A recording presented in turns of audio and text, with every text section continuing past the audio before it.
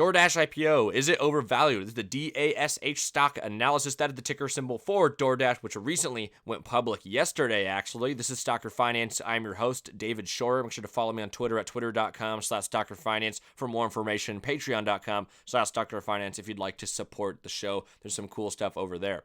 Now, recently, DoorDash IPO'd, had a very successful IPO, to say the least. Shares shot up to over $180 a share. That put the market cap over $60 billion for this company, which, yes, that is a very high market cap for a company that has not yet proven sustained profitability, operating at a shareholders deficit.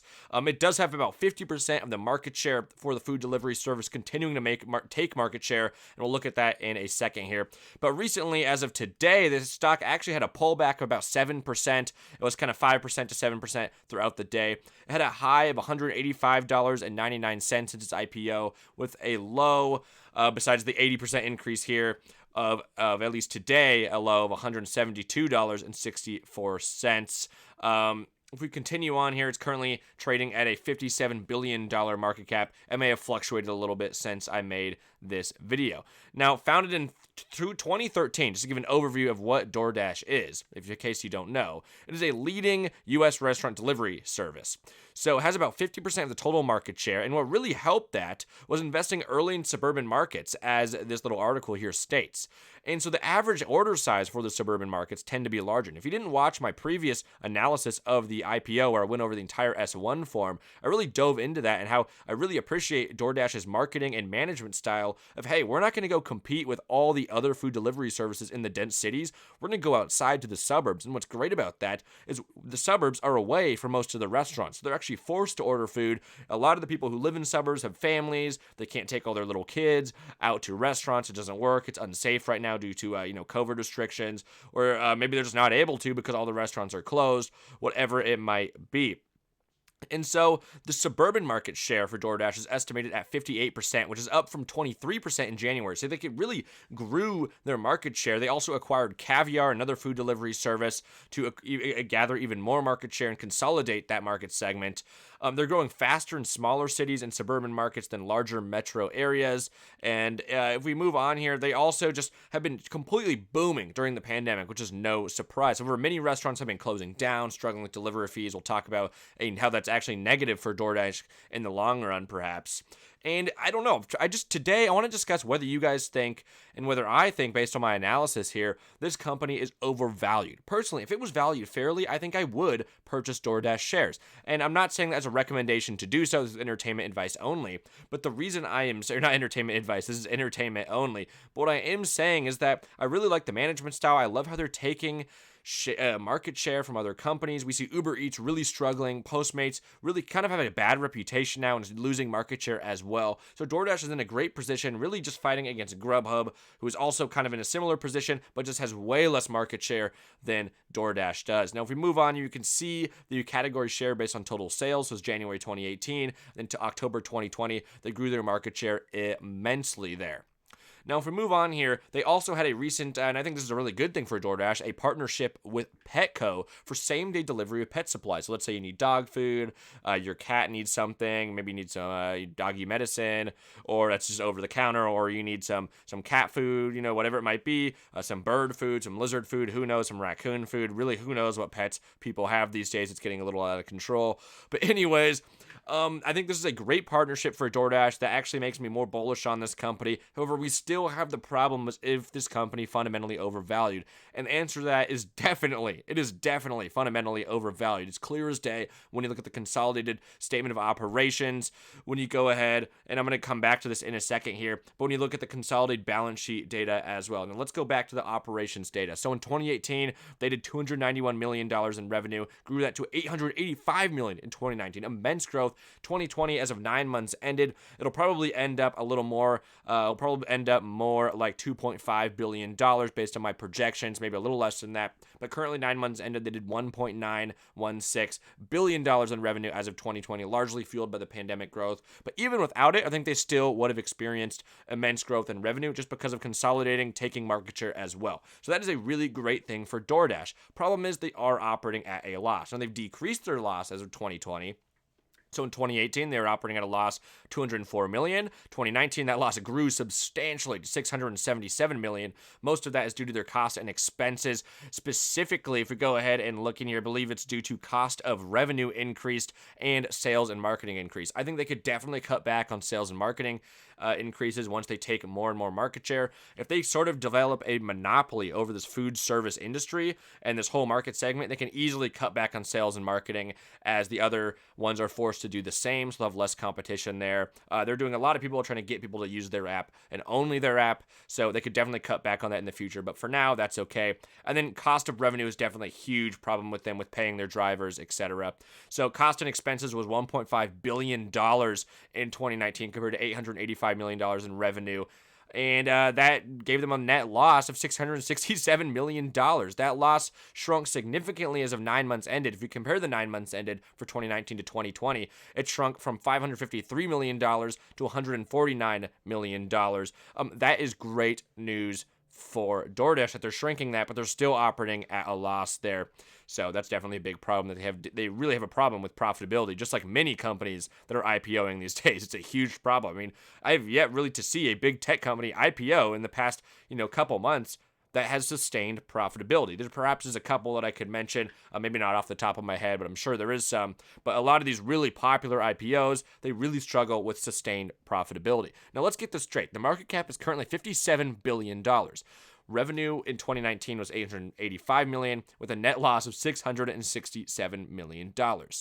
Now, if we take the projected revenue for 2020, and I'm doing $2.5 billion. The way I got that is I just simply took the 9 months ended revenue, so that is 3 quarters. I divided it by 3, and then I added one of those thirds. That's completely inaccurate. It's going to be very different than $2.5 billion, but just a really simple projection there with a net loss around $100 million in 2020. Now, that is not a $60 billion company. If you're losing $100 million a year and you're somehow worth $60 billion with revenue of, let's say it is $2.5 billion, but really when you're being fueled by a pandemic economy that's completely benefiting you and that's starting to transition away from that and go back to somewhat normal. We've seen with a lot of the vaccines coming out, and it's going to slow down as people want to go out, want to eat out more. As restaurants start to close as well and shut down, or just sick of dealing with the DoorDash fees associated with their restaurants and maybe do their own delivery service, DoorDash is definitely going to lose some revenue there in the future. So I really expect 2021 to be a slower year for DoorDash as well as 2022. I just think $60 billion, especially if you go ahead and look at their consolidated balance sheet, makes no sense. So as of September 30th, 2020, we see they have $1.6 billion in cash. That's great, with total assets of $2.8 billion. It's looking a little more promising here. But then you go down to the stockholders' deficit. They have liabilities of $1.4 billion, a stockholders' deficit which is increased to $1.2 billion. So they're trading at a deficit here, a stockholders' deficit. They had a deficit of $436 million in 2018, 2019, $1.082 billion, and now September 30th, 2020, $1.2 billion. So the problem here is their deficit is growing. Yes, their loss is shrinking, but they're still losing money. And we're going to find out in future quarters whether they can sustain profitability. Are they ever going to head towards profitability? Can they reverse the stockholders' deficit? Or are going to continue to have more and more of a deficit as their liabilities outgrow their assets? I mean, there's a lot of things that we need to understand with this company. I just think $60 billion for a valuation is a little too high for me to feel comfortable as an investor with this company. If it was more around $30 billion, I'd feel more comfortable investing in this company. I think there's a lot of potential, especially since the food delivery market is so massive. And if they own 50% of the market share, if in the future they own 75% of the market share, they're going to be in a much better position, be able to cut back on lots of marketing costs, be able to cut back hopefully on costs of goods sold, or not goods sold, but their marketing costs, as well as just driver costs, etc., whatever it may be. Look at total orders here. We've seen that increase drastically. No surprise. Adjusted EBITDA as well. We can see that they had actually a positive there as of 9 months ended September 30th. That's good news for DoorDash. Now, here's just a couple a little segment of an article that I'm going to read. I think it just kind of summarized the situation for DoorDash fairly well. Now, DoorDash pioneered the logistics delivery model and has come of an age in the pandemic. But with the day one surge, we just can't get comfortable with the valuation. And that's kind of how I feel as well. I mean, I really like DoorDash. They've done so much things for the food delivery service industry. They're consolidating and taking market share. They're doing a lot of different things that I like. Acquisition of Caviar is great, although it's pretty expensive. I just can't get comfortable with this massive valuation right now.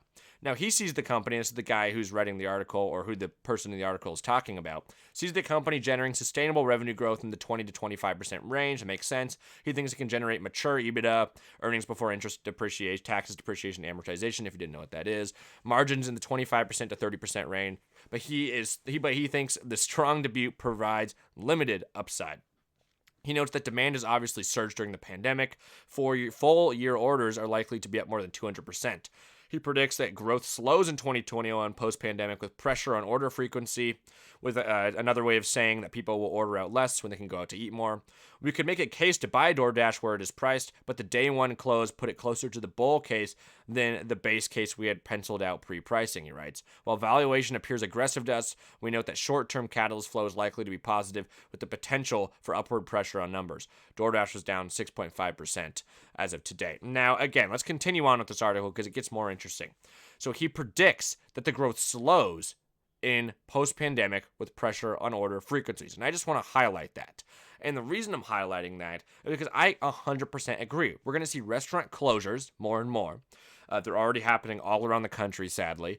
We're also going to see people want to get out of the house and go eat. That's going to be less people ordering. On top of that, it's expensive to order food. If you're a family that's struggling right now, it's much more likely you're going to start learning how to cook. You're going to cook at home, and you're going to go out, buy food at the grocery store, and you're going to cook because it's way cheaper than spending an $11 delivery fee for a meal. Sometimes the delivery fees cost the same amount or more than the meal, especially once you include tip. And that's going to turn a lot of people off from DoorDash. On top of that, DoorDash is really struggling with extreme marketing costs, highly competitive industry, especially when you're competing with Uber Eats, Postmates as well. It's doing a great job taking market share. I think it could really keep focusing on the suburban markets, and especially, high income suburban markets who can afford those delivery fees.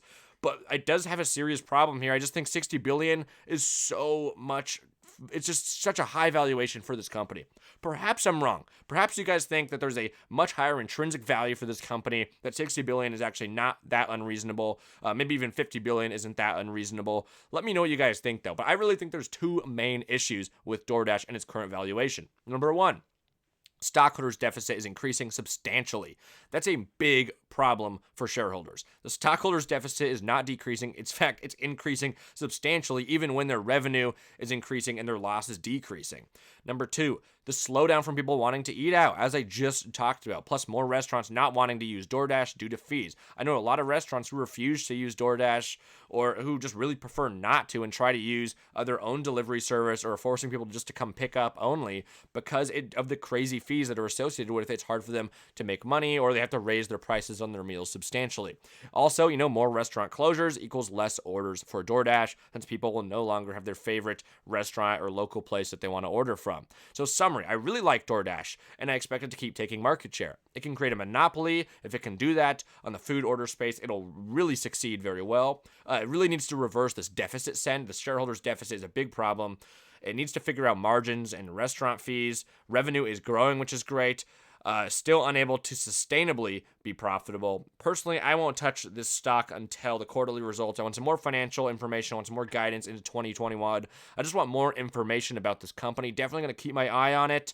I really would love to know what everyone else thinks about this company. Do you think this valuation is fair? Do you think it's just absurd? What do you think is the correct valuation for DoorDash? Do you think a $30 billion market cap? Do you think a $10 billion? Do you think 50 billion, 40, 60, 100 billion? What do you think is the correct valuation for this company? Let me know. And also let me know what price you would purchase shares at. I would really love that interesting information. Thanks for watching. Please subscribe. Twitter.com/StockerFinance. Check these videos out as well. Always got good content. Got a lot more coming as well. Patreon.com/StockerFinance if you'd like to support the show. And I'll see you guys in the next video. Peace out.